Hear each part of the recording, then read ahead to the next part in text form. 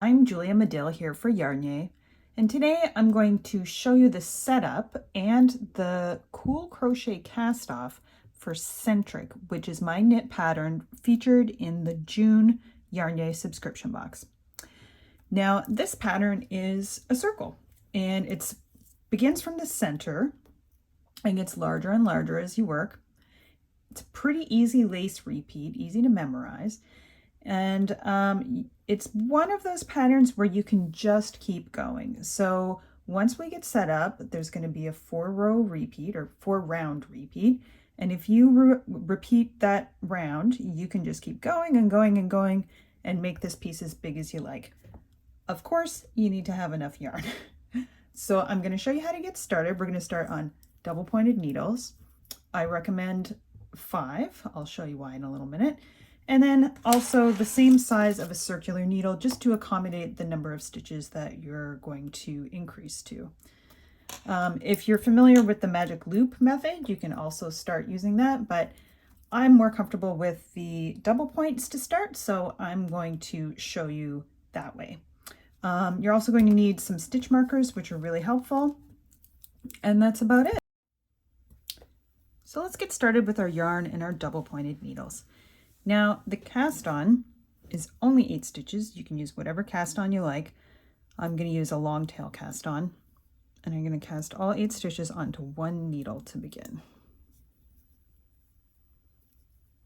I guess this is a short tail cast on because you don't really need to leave a long tail when you're working 8 stitches. 2, 4, 6, 8, 9. Don't make bad jokes and count at the same time. Okay, 2, 4, 6, 8. There we go. So this is the trickiest part. I'm not going to lie, working with double pointed needles and only 8 stitches is a little fiddly. But take your time, make sure your stitches are all facing the right way. And within 2-3 rounds, you're going to have a lot more stitches because we're increasing every second round, and it'll be a lot easier. Okay. I'm going to take these 8 stitches and divide them over 4 needles. I'm dividing it over 4 because the stitch pattern, the repeat works very well over divided by 4. So this is going to help us keep track of things further in the pattern. So I'm just sliding them without knitting them. And now I have this crazy, it's like I'm trying to build a log cabin here. A tiny, tiny log cabin. All right, so be careful not to twist. It's kind of nice to do this on a surface actually, so that you don't have them flipping around just while you're getting things in order. All right, I think I've done it. This is going to be my left-hand needle. And I'm going to start knitting with the 5th one. So something I like to say about working with double pointed needles is that it's a bit like driving on a big freeway, a big highway, where there's 16 lanes and it looks really intimidating, but you really don't have to worry about all 16 lanes. You just have to worry about the one that you're driving in and the people around you. So the same thing with double pointed needles. You really just need to work with the 2 needles that you're knitting with and ignore the other needles. As long as they're not sliding out of your stitches, you don't have to worry about them. So I'm going to bring my first 2 stitches. I'm going to bring that needle in front of everything. Okay, we're under control. Fiddly but worth it. And now I'm going to knit my first stitch. So the first round is knit 1, yarn over, repeat around. So immediately we're going to be doubling our stitches. So I'm going to knit the first one, and as soon as I have that secured, I'm going to kind of let go of the other needles and let them do their thing and ignore them. So I've knit 1, yarn over, knit the next stitch, yarn over. And you got to be careful. A yarn over at the end of a double pointed needle Make sure that you've got that yarn over maintained as you move on to the next needle, because it's very easy for it to slip out of the way, especially when we've only got these few stitches. So maintaining that yarn over. Now I'm just dealing with this needle and this one. Taking my time. That yarn over is still there. Knit one. Yarn over. Knit one. Yarn over. Okay, we're halfway through round one. Just going to move my little tail out of the way. And it's pretty easy to see at this point, you know, once you get going. I can tell that I haven't knit from this needle yet because I can clearly see there's only 2 stitches on here. And the other ones have 4. I'm trying to give you a ray of hope here. We'll get easier. Knit one, yarn over, knit one, yarn over. And the very last one, maintaining my yarn over, knit one, yarn over, knit one, yarn over. Yay, we did it. Okay. Congratulate yourself. That is the most difficult round, and it's all downhill from here. So I'm going to try to get this rearranged here so that you can see we've doubled our stitches, and there's a little bit of a hole here. When you're finished your project, you can just run that yarn tail through those 8 stitches and tighten it up, and you'll never be able to see it. This is why I started with so few stitches, to make sure that hole isn't too big. And now we have 16 stitches. We've doubled them. So you can place a marker to mark the beginning of the round. You can just watch where your yarn tail is, but sometimes that can be a little tricky to recognize. I'm going to use one of these locking stitch markers, because if you put a ring around a double pointed needle, it's just going to flop off before I work my next round. So round 2 is just knit. You get a bit of a break. And that is true for every second round in the whole pattern. I love lace patterns that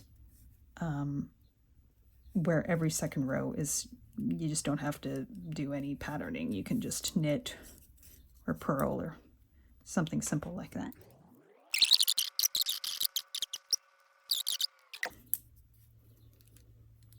So the third round is similar to the first one, except we're going to knit 2 and yarn over all the way around.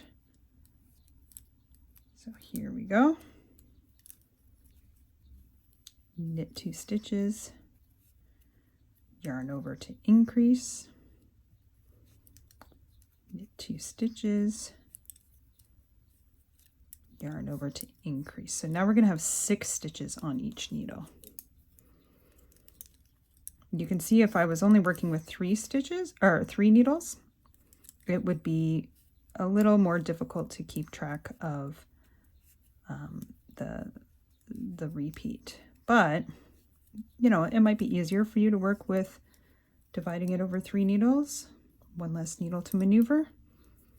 So, you know, if that works for you, go right ahead. You don't have to listen to me. Making sure I'm maintaining those yarn overs at the end of my double pointed needles. Moving on, knit 2, yarn over, knit 2, yarn over.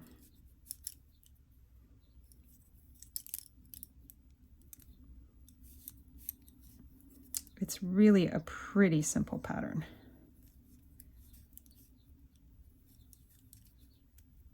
So if working from the center out, working a circle, is intimidating, it's really no big deal.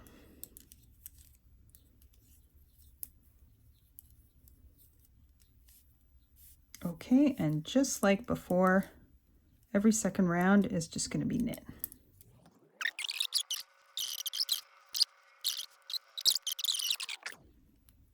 So I'm going to move it up here. Now you might think that you have a couple of dropped stitches or something at this point, because you can see, you can't really see the pattern quite developing yet, and you know, that almost looks like a mistake, but that's a yarn over. It's part of the pattern. Don't worry about it. We want that hole there.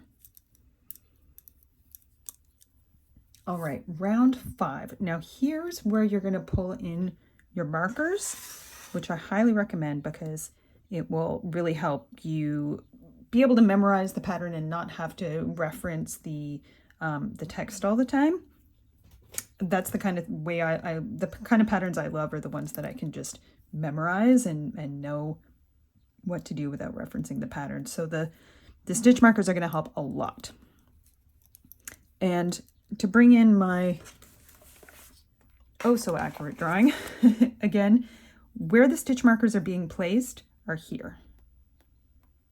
So we're increasing 8 stitches every second round, and there's going to be panels of this knit 2 together yarn over lace, a very simple eyelet lace, and then this section is just stockinette. So your markers will be dividing the lace pattern from the stockinette sections. All right, so round 5 is knit 1, yarn over, knit 2 together, yarn over, and then I'm going to place a marker.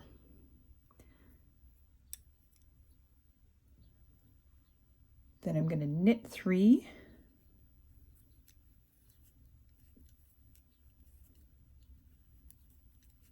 and yarn over. So that first half of my needle will be the lace pattern. The second half of the stitches on my needle will be the stockinette.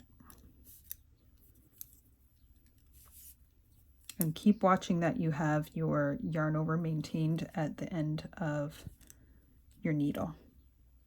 So repeat that for every needle. Knit 1, yarn over, knit 2 together. So that's knitting 2 together, inserting your needle from left to right through both the stitches on the needle and knitting them together. If you need a little refresher on the K2 tog, yarn over, place a marker.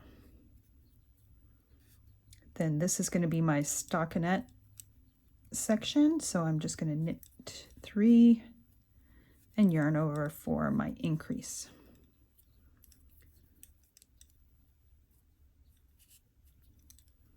So now I'm going to have 8 stitches on each needle. I'm starting with 6 on each needle and I'm moving up to 8 because each round, or every second round, you're increasing 8 stitches. Maintaining my yarn over, knit 1, yarn over, knit 2 together, yarn over, place my marker. That's my lace section or eyelet section. Knit 3,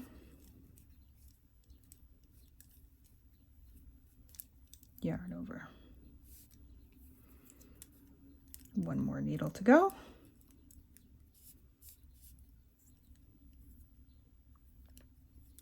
Get that pesky tail out of the way. Knit 1, yarn over, knit 2 together, yarn over, marker, knit 3, yarn over. So now that we've got a little more fabric here, it's a lot easier to knit with those double pointed needles. If you can get through that first round, The rest is gravy. Okay, round 6, all those even numbered rounds are just knit. Isn't it great to have like a break after having to pay attention?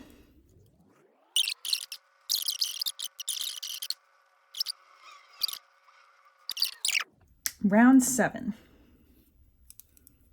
There's only 8 rounds of the setup, so this is the last of the patterned rounds for the setup. So we're going to knit 2, yarn over, knit 2 together, yarn over. And then when I get to my second half of the stitches, which is the stockinette section, it's knit 4, yarn over. So you just knit to the end of the needle and yarn over. So for the second half of the needle, you no longer have to count. Knit 2, this is my lace section of the needle. Knit 2, yarn over, knit 2 together, yarn over.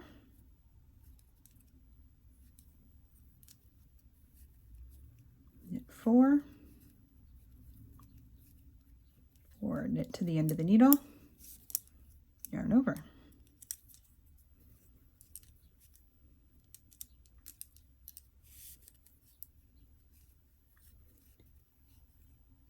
Knit 2, yarn over,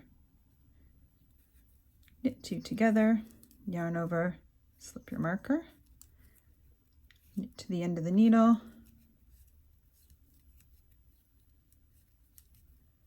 and yarn over. Again, making sure that yarn is wrapped around at the end of each needle before you start your next one, maintaining that yarn over.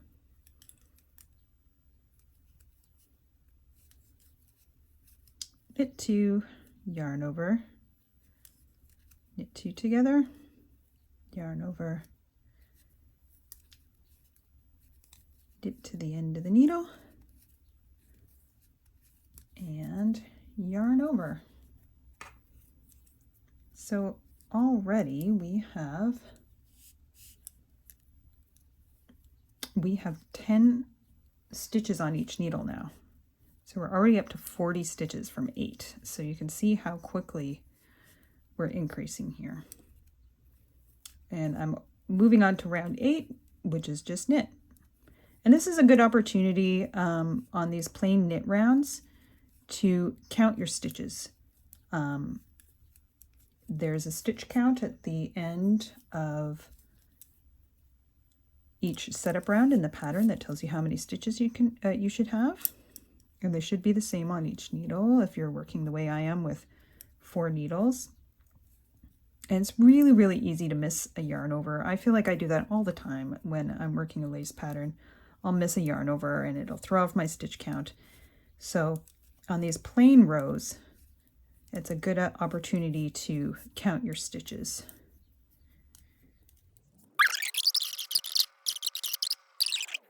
Okay, this is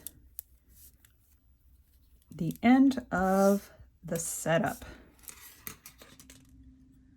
So at the end of the setup section, you're going to have something that looks like this. You're going to have 40 stitches on your needle, 10 on each needle if you're using 4 double points. And now the next 4 rounds are the ones you're going to repeat for the entirety of the project. So you can just keep repeating those 4 rounds for as long as you like, until you run out of yarn, of course. Okay, so the increase pattern is first round, knit 1, and then yarn over, knit 2 together to marker. So yarn over, knit 2 together, yarn over, knit 2 together, and then make 1 more yarn over before you slip your marker. So that section of lace is always going to end with a yarn over, and this section, which will be the stockinette section, is always going to end with a yarn over as well, because those are the two increases that you're going to make on each needle to make 8 increases per increase round. You don't really have to worry about that now. I like to understand what I'm doing as I'm working on a project, and I like to know the why in the stitches, and some people don't care and you just follow along, and that's fine. I'm always asking why. Sometimes it's a problem. Okay, so we've got our first section up to the marker. We're at round 1 up to the first marker. Slip marker, then you're going to knit to the next marker, but as I am still on double pointed needles, what counts as the next marker is the end of my needle. I'm going to knit to the end of the needle, yarn over. I talked a little too much during that first round, so let's work the repeat again. So round 1 starts with a knit 1, then yarn over, knit 2 together, repeat those 2 moves until you get to the marker. Oops, yarn over, knit 2 together. In this case, you're only repeating it 1 more time. Yarn over, knit 2 together, and then yarn over before I slip the marker. Then knit to marker, which would be when you switch to circular needles, you're going to place an extra marker where your double points meet. But in this case, you're just knitting to the end of the needle, yarn over.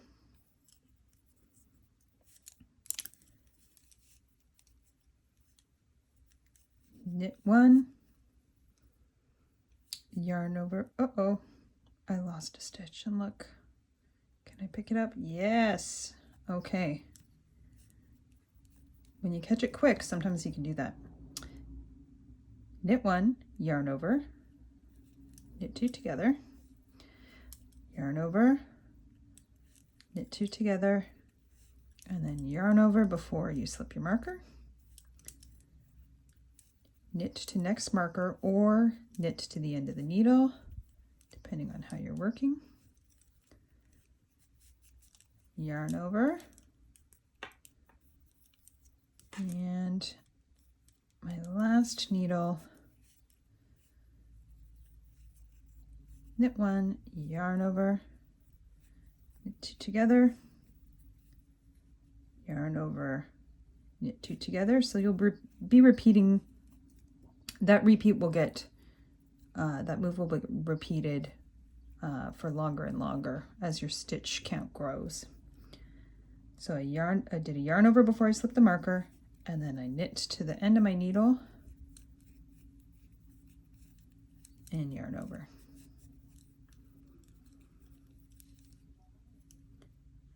Okay, and just as before,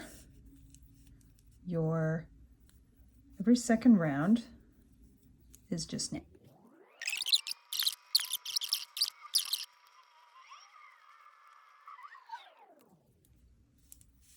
Okay, round 2 complete. And we're increasing. It's getting bigger, it's getting easier. Third round of the increase pattern. This time, it's almost exactly the same, except I'm going to begin the repeat with a knit 2 instead of a knit 1 like we did in round 1. Knit 2, and then it's the same. Yarn over, knit 2 together until I get to my marker.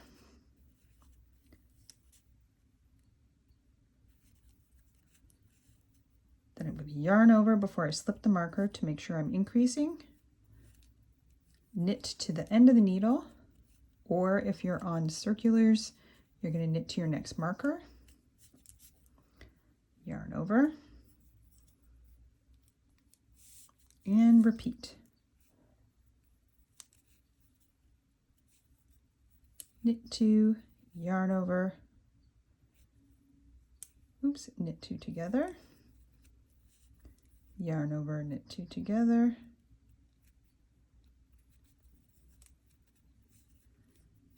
yarn over, slip my marker, knit to the end of the needle, or the next marker if you are on circular needles, yarn over, slip marker, or move on to the next needle. Start with a knit 2, yarn over, knit 2 together, yarn over, knit 2 together until you get to your marker. Make another yarn over, slip the marker, knit to the end of the needle or the end of the round, or sorry, if you're working in the round, to the next marker, yarn over. I have one more to go, yes. Knit 2, yarn over, knit 2 together until you get to your marker.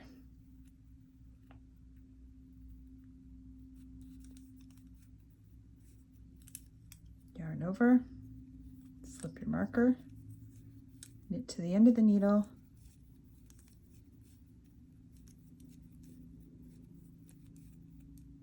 and yarn over. Round 4, it's the last round of the 4-round repeat. As before, you just knit. Every second row is knit. So that's all there is to it. You're going to repeat those last 4 rounds over and over until you run out of yarn, until you get to your desired size, until you're tired of knitting, for as long as you like. As long as you're making those 8 increases every second round, your work is going to lie flat. And here it looks like a square just because everything's bunched together. But as you get a little bit further along and you find you've got so many stitches that you're in danger of the stitches falling off the needles, then you want to switch to your circular, small circumference circular to start. This is a 16-inch or 40 centimeter. And then if you're getting really big and you're, the stitches are too bunched here, move on to something with a longer cord. Okay, so repeat those 4 rounds for as long as you like, and then I'll show you the cool crochet cast off. Okay, we're ready to work our crochet bind off. Now, you don't need to know a lot about crochet to work this bind off, and I'm going to walk you through every step if you don't crochet. But if it's not your thing, there's also a picot bind off that is knit that you can work, that's outlined in the pattern as well. So for the crochet bind off, you're going to need a hook that's approximately the same size as the needle you've been using. And you don't need to worry about your stitch markers anymore. I've taken mine out. You can keep them in. We don't need them anymore. Now, if you knit and you usually hold your yarn with your right hand, for crochet, you're probably going to want to hold it in your left hand. That's how I usually do because I'm right-handed. I hold my crochet hook in my right hand and my yarn in my left. So for the very first repeat of the crochet bind off, you're going to yarn over the hook before you do anything. Now, for the rest of the repeats, you don't need to worry about it, but you need something on your needle, on your hook rather, before you start working the stitches. So I'm going to yarn over like this. So I just have a loop already on my hook. And then I'm going to take the first 4 stitches and insert my hook from right to left through those stitches. That's a little tricky to do because you need to fit that hook in under your needle. You can do that, or it might be a little easier if you slip them, just like if you're slipping from stitches from one needle to the next. You can do that with your crochet hook. I'm just using my fingernail to help them along. Because your crochet hook is blunt and your knitting needle sharp, that's going to be, you know, a little trickier than slipping from a needle to a needle. So now I have 5 loops on my hook, the one that I twisted around, and then 4 stitches that I slipped from the needle. Then I'm going to take my crochet hook and I'm going to yarn over. So I'm going to scoop my crochet hook under my working yarn and grabbing it with the hook. And then I'm going to pull that hook through those 4 stitches that I slipped, joining those together. Now I have 2 stitches left on my hook. I'm going to yarn over again, which means I'm going to sweep my crochet hook under my working yarn and grabbing it. And then I'm going to pull through both loops on my hook. And there I've joined those stitches together, just pulled them together in a decorative kind of way. And then I'm going to chain 8. So we don't need to worry about the knitting needles right now, the knitting stitches. This is going to create our loop. So to chain, I'm going to do that yarn over move again. I'm going to swoop my crochet hook under the yarn, catch it, pull through that loop. That's 1 chain. So you're going to do that 7 more times. 1, 2, 3, 4, 5, 6, 7. So if you're a crocheter, it's just chain 8 and then you move on to the next one. So from here, it's a very simple repeat. You don't have to yarn over anymore before you work your 4 stitches because we already have a loop on our hook. So I'm going to slip the next 4 stitches from my needle to my crochet hook, or insert the crochet hook into the stitches, however you want to think about it. I'm going to yarn over with my crochet hook, grab that working yarn, pull it through the 4 knit stitches on the hook. It helps to sort of pull down with the knitted fabric to let that crochet hook pass through because it's a little fatter than your needle. It needs a little more space. So I've pulled that loop through just the 4 stitches that I slipped from my needle. So I have 2 loops left on my hook. I'm going to yarn over, pull through 2 loops, and then I'm going to chain 8.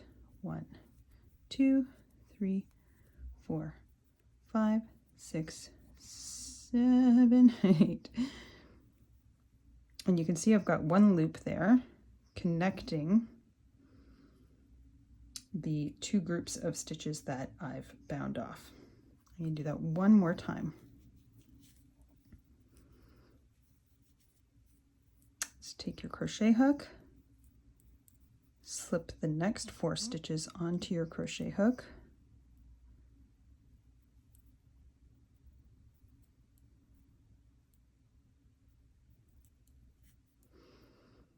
yarn over the crochet hook, pull that yarn through those, just the 4 stitches that we slipped from the needle. So there's 2 loops left on the hook, yarn over, pull through those 2 loops, and then chain 8. And so you repeat that all the way around. I'm not counting, let's pretend that's 8. And if you need to take a break, answer the door, whatever, you can just pull up a long loop like that. That's what I do when I have to drop a crochet project. I pull up a long loop and then put it in my bag or whatever, because the long loop is less likely to get caught.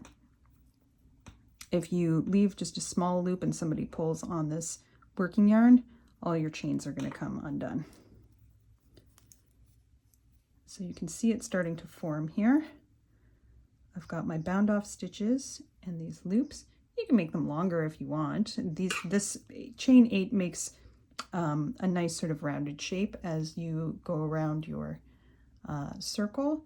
If you wanted to do it longer, you could make big, long, fringy kind of loops, whatever you like, but just make sure it's 4 at a time to that will always work with this stitch pattern because the stitch pattern's a multiple of 4.